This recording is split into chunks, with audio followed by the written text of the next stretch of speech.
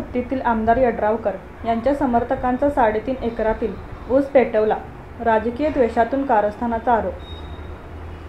आमदार राजेंद्र पाटील यड्रावकर गटाचे कट्टर समर्थक संजय पाटील यांचा 3.5 एकर क्षेत्रातील ऊस राजकीय द्वेषातून जाळला असल्याचा आरोप केला आहे.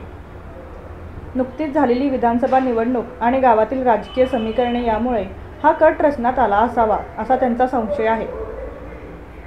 धरणगुत्ती गावात सोमवारी रात्री 8 वाजण्याच्या सुमारास अचानक 3.5 एकर क्षेत्रातील ऊस पेटवला. संजय पाटील यांनी स्पष्ट केले की त्यांचे गावातील कोणाबरोबरही व्यक्तिगत वैर नाही, मात्र अज्ञात लोकांनी राजकीय दुश्मनीतूनच हा डाव रचला आहे, असा आरोप पाटील यांनी केला. घटनेनंतर संजय पाटील यांनी स्थानिक पोलीस ठाण्यात तक्रार दाखल केली आहे. पोलिसांनी या प्रकरणाचा तपास सुरू केला असून ऊस जळण्याचे कारण लवकरच स्पष्ट होईल, असे सांगण्यात आले आहे.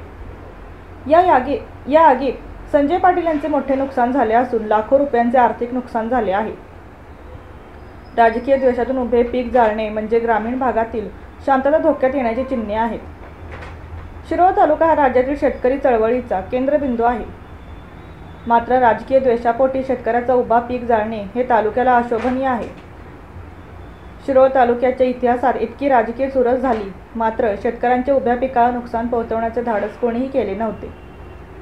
धरणगुत्ती येथे घडलेल्या घटनेमुळे द्वेषाच्या राजकारणाने इतकी खालची पातळी गाठली. ही घटना तालुक्याच्या पुरोगामी विचाराला तिलांजली देणारी आहे. संजय पाटील यांनी घटनेची सखोल चौकशी करण्याची मागणी केली असून यामागील दोषींना कडक कारवाई करण्याचे आवाहन केले आहे.